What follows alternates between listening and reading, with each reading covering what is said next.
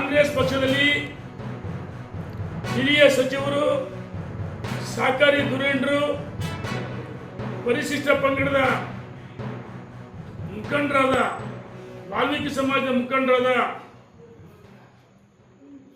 KN ರಾಜಣ್ಣನವರ, ಸರ್ವಾಧಿಕಾರಿ ರಾಹುಲ್ ಗಾಂಧಿಯವರ ಮೌಖಿಕ ಸೂಚನೆ ಮೇರೆಗೆ ರಾಜಣ್ಣನವರ ಸಚಿವ ಸಂಪುಟದಿಂದ ವಜಾ ಮಾಡಿದ್ದು ಇವತ್ತು ಅತ್ಯಂತ ಖಂಡನೀಯ. ವಾಲ್ಮೀಕಿ ಸಮಾಜಕ್ಕೆ ಮಾಡಿದ ಅಪಮಾನ ಅಂತ ನಾವು ಹೇಳಕ್ಕೆ ಇಚ್ಛೆಪಡ್ತೀವಿ. ಸನ್ಮಾನ್ಯ ರಾಹುಲ್ ಗಾಂಧಿ ಅವರೇ, ಈ ದೇಶದ ಇತಿಹಾಸನೇ ಗೊತ್ತಿಲ್ಲ ನಿಮಗೆ. ನಿಮ್ಮ ಕುಟುಂಬ ಒಂದು ರೀತಿ ಸರ್ವಾಧಿಕಾರ, ಕಾಗೆ ಕಪ್ಪಿದೆ ಅಂತ ಹೇಳಿದ್ರೆ ರಾಜಣ್ಣವರ ತೆರೆದಂಡ ಆಯಿತು, ಅದೇ ರೀತಿ ಮುಖ್ಯಮಂತ್ರಿಗಳು ತೆರೆದಂಡ ಆಗುತ್ತೆ.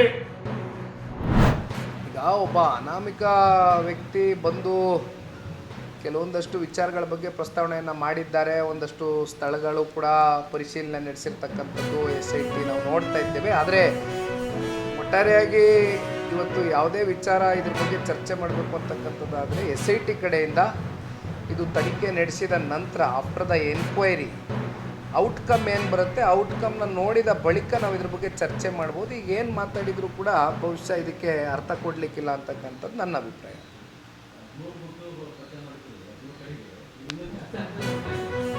ಗೊತ್ತಿಲ್ಲ, ಎಂಕ್ವೈರಿಲಿ ಏನು ಬರ್ಕೊಂಡಿದ್ದಾರೆ ಗೊತ್ತಿಲ್ವಲ್ಲಣ್ಣ ನಮಗೆ. ನಾವು ಸುಮ್ಮನೆ ಊಹಾಪೋಹದ ಬಗ್ಗೆ ಮಾತನಾಡ್ತಕ್ಕಂಥಕ್ಕೆ ಭಾಳ ಸೂಕ್ಷ್ಮವಾಗಿರ್ತಕ್ಕಂಥ ವಿಚಾರ ಇದು.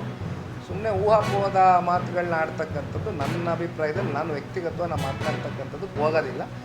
SIT ತನಿಖೆ ಆಗಲಿ, ಎನ್ಕ್ವೈರಿ ಆಗಲಿ, ಎನ್ಕ್ವೈರಿಲಿ ಸತ್ಯಾಸತ್ಯತೆ ಏನಿದೆ ಅಂತಕ್ಕಂಥದ್ದನ್ನ ರಾಜ್ಯ ಜನತೆ ಮುಂದೆ ತೆರೆದಿಟ್ಟ ನಂತರ ಇದ್ರ ಬಗ್ಗೆ ನಾವು ಪ್ರತಿಕ್ರಿಯೆ ಕೊಡ್ಬೋದು. ವಿಷ್ಣುವರ್ಧನ್ ಅವರು ಮಾತಾಡ್ತೀನಿ, ಅಲ್ಲೇ ಬೆಂಗಳೂರಲ್ಲಿ ಮಾತಾಡ್ತೀನಿ, ನಾಳೆ ಪ್ರೆಸ್ ಮೀಟ್.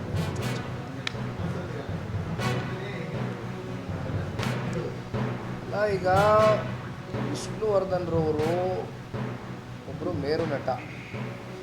ಬಹುಶಃ ಇತ್ತೀಚೆಗೆ ಆಗ್ತಾ ಇರ್ತಕ್ಕಂಥ ಇವೆಲ್ಲ ಘಟನೆಗಳೇನಿದೆ ಇದು ಅವರ ಅಭಿಮಾನಿಗಳಿಗಿರ್ಬೋದು, ರಾಜ್ಯದ ಜನತೆಗೆ ಇನ್ನೊಂದು ಕಡೆ ಇದು ಆಗಬಾರ್ದಾಗಿತ್ತು ಇಂಥ ಘಟನೆಗಳು ಅಂತಕ್ಕಂಥದ್ರ ಬಗ್ಗೆ ಈಗಾಗಲೇ ಎಲ್ಲ ಕಡೆ ಚರ್ಚೆ ಪ್ರಾರಂಭ ಆಗಿದೆ. ಬಟ್ ಈ ವಿಚಾರಕ್ಕೆ ಸಂಬಂಧಪಟ್ಟಂತೆ ಬಹುಶಃ ನಾನು ಬೆಂಗಳೂರಿನಲ್ಲಿ ನಾಡಿದ್ದ ದಿನ ಒಂದು ಪ್ರೆಸ್ ಮೀಟ್ ಮಾಡಬೇಕು ಅಂತಕ್ಕಂಥದ್ದು ಅಂದ್ಕೊಂಡಿದ್ದೇನೆ. ಅಲ್ಲಿ ಸ್ಪಷ್ಟವಾಗಿ ಎಲ್ಲವೂ ಕೂಡ ಮಾತನಾಡ್ತೀನಿ.